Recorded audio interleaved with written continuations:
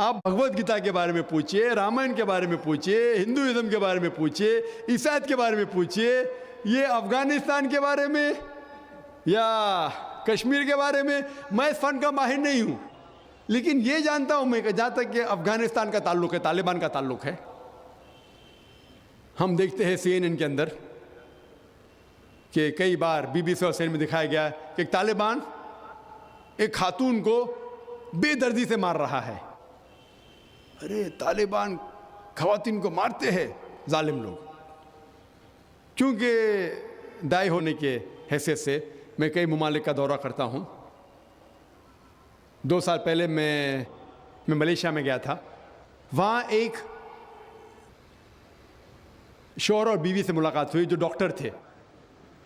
بیوی گائنیکولوجسٹ تھی اور شوہر سرجن تھے. انہوں نے تقریباً 1 مہینہ افغانستان میں رہے اور انہوں نے کہا مجھ سے کہ یہ جو ٹی وی میں دکھا رہے تھے کہ طالبان لوگ خواتین کو مار رہے, یہ بالکل غلط ہے. میں نے پوچھا آپ کو کیسا پتا غلط ہے؟ تو اس نے مجھ سے کہا, وہ میاں بیوی نے کہا, کیونکہ طالبان کو جو پگڑی باندھتے ہیں ان کے باندھنے کا ایک خصوصی طریقہ ہے. مثال کے طور پہ جب ہم عربوں کو دیکھتے, ہمارے لیے جو عجم ہے, ہمارے لیے سب عرب ایک جیسے پگڑی باندھتے, پھیٹا باندھتے, اپنا غترہ باندھتے, لیکن وہ عرب ہی جانتا ہے کہ سعودی غترہ باندھنے کا طریقہ الگ ہے, وہ اماراتی UAE کا غترہ باندھنے کا طریقہ الگ ہے, وہ کویٹی کا غترہ باندھنے کا طریقہ الگ ہے. وہ پہچان سکتے. ہم نے اسی طریقے سے وہ طالبان کی پگڑی باندھنے کا طریقہ الگ ہے. وہ ڈاکٹر کہنے لگے مجھ سے کہ جس طریقے سے وہ BBC اور CNN میں دکھا رہے تھے طالبان خواتین کو مار رہے, وہ طالبان ہے ہی نہیں, وہ ایکٹر لوگ کو لے کے آئے تھے, لیکن بیوقوف تھے کہ ایکٹنگ میں برابر سے نہیں کیے, وہ کپڑے برابر نہیں تھے. میں نے تقریر سنی ایک رپورٹر جس کا نام ہے یوان ریڈلی. یوان ریڈلی ایک برٹش رپورٹر ہے.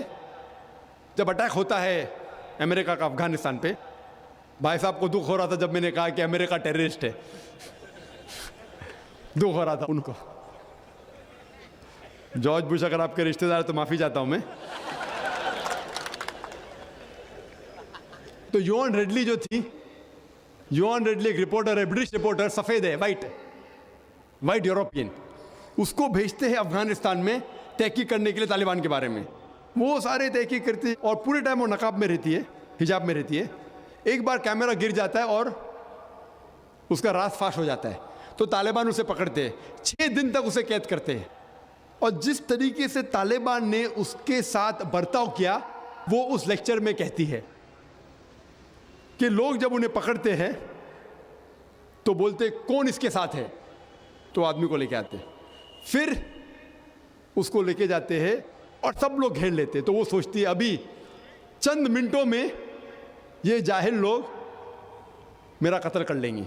شاید ہو سکتا ہے کہ 10-15 طالبان میرا بلاತ್ಕಾರ کریں گے. اس کے ذہن میں یہ سب جا رہا ہے, سوچ رہی ہو سکتا ہے کہ مجھے جھاڑ پہ سے لٹکا دیں گے. وہ ایک دم ڈری ہوئی ہوتی. 1 گھنٹے تک لوگ اسے گھیرتے لیکن کوئی بھی سامنے نہیں آتا. وہ سوچتے ابھی میری موت, ابھی میری موت. 1 گھنٹے بعد ایک افغان عورت آتی ہے اور اس کے جسم کی جانچ پڑتال کرتی ہے. پھر اسے پتہ لگتا ہے ہاں یہ لوگ سمجھتے ہیں کہ میرے پاس ہتھیار ہے. وہ اتنا تیش میں آتی ہے, اگر ان لوگ میں سے پوچھنا چاہیے ہتھیار میں, بولتی نہیں ہے. 1 گھنٹہ تک کہ میں تڑپ کے مر رہی ہوں کہ یہ آج مجھے ماریں گے. وہ تیش میں آ کے کیا کرتی ہے, اپنا اسکرٹ اٹھا لیتے, دیکھو میرے پاس ہتھیار نہیں ہے. جیسا اسکرٹ اٹھاتی ہے طالبان 180 ڈگری اس طرف دیکھتے اور بھاگ جاتے. تو وہ کہتی ہے اپنے تقریر میں طالبان کو مارنے کے لیے بم گرانے کی ضرورت نہیں. وہ کہتی ہے اگر عورتوں کے کپڑے چھوڑیں گے تو طالبان مر جائیں گے شرم کے مارے. اور وہ تقریر کرتی ہے کہ اس عزت سے میری حفاظت کی 6 دن تک کے وہ طالبان لوگ نے. اور جب اسے پوچھا جاتا ہے سوال جواب کی نشست میں, کیا آپ کو لگتا ہے کہ القاعدہ نے WTC کو گرایا, تو وہ یوان ڈڈلی کہتی ہے میرے حساب سے القاعدہ موجود ہی نہیں ہے. یہ اس کا کہنا ہے, میرا کہنا نہیں. اور جب اسے آزاد کیا جاتا ہے 6 دن کے بعد, اور جب باقی رپورٹرز پوچھتے آپ کے ساتھ کیا سلوک کیے, تو انہوں نے کہا اتنا اچھا حسن سلوک کیے کہ رپورٹ کے اندر ہی نہیں آیا. اور اس نے صرف یہ وعدہ دی تھی کہ میں انگلینڈ جا کے واپس سے قرآن مجید کا ترجمہ پڑھوں گی. تو وہ جاتی ہے اور چند مہینے بعد قرآن کا ترجمہ پڑھتی ہے, اور اس کے بعد وہ اسلام قبول کرتی ہے. تو اس کے نظریے سے طالبان ایک دم معصوم ہیں, ان کے اوپر ظلم کیا گیا تھا. تو آپ مجھے پوچھیں گے بھائی طالبان کیا قرآن و حدیث کی روشنی میں صحیح ہے؟ تو اس کا نظریہ اگر لیں گے, جو غیر مسلم تھی یوان ڈڈلی, ابھی ماشاءاللہ حجاب بھی کر رہی ہے, وہ یورپین حجاب کر رہی ہے ماشاءاللہ, تو اس کے نظریے سے بھائی طالبان اچھے لوگ ہیں. تو اسی لیے نظریہ بدلتے جاتا ہے. امریکہ کے حساب سے طالبان ظالم لوگ ہیں. تو میڈیا ایسی چیز ہے کہ کوئی بھی ہیرو کو زیرو بنا سکتی ہے. They can make day into night black into white, day into night black into white. Hero کو زیرو بنا سکتی ہے, کوئی ولن کو بھی ہیرو بنا سکتی ہے. تو اسی لیے قرآن مجید میں اللہ تعالیٰ فرماتے کوئی بھی چیز آپ کے پاس آتی ہے اس کی تحقیق کرو تیسرے کو پہنچانے کے پہلے. تو اسی بنیاد پہ میں نے کہا تھا, کیا نام ہے, اسامہ بن لادن کو جانتا ہوں نہ, یہاں کیا ہو رہا ہے پتہ نہیں مجھے, افغانستان بھی میں نہیں گیا ہوں, لیکن یہ رپورٹ کے ذریعے یہ پتہ لگتا ہے کہ یہ جو امریکہ کر رہی ہے اپنے میڈیا کے ذریعے, یہ شیطانی حرکت جو غلط فہمی پھیلا رہی ہے, اس کی سزا تو انشاءاللہ انہیں ملیں گی. اسی لیے میرے نظریے سے جارج بش نمبر 1 ٹیررسٹ ہے. آپ کو دکھ ہوائیں گا. جب میں لندن میں گیا تھا, وہاں ایک تقریر کی اور میں جواب دیا, تو ایک نوجوان اٹھ کے کہتا ہے کہ جارج بش کو ہم دعا کرتے ہیں کہ اللہ تعالیٰ اس کا قتل کرے. تو میں نے کہا میں تو یہ دعا نہیں کروں گا, کیونکہ اللہ کے رسول نے جو دعا کی, جو سب سے زیادہ دشمن اسلام کے خلاف جو تھے محمد صلی اللہ علیہ وسلم کے دور میں, دونوں کا نام تھا عمر. تو اللہ کے رسول نے یہ دعا کی کہ کم از کم ایک عمر کو ہدایت دے. تو میں یہ دعا کرتا ہوں کہ کم از کم اللہ تعالیٰ جارج بش کو ہدایت دے.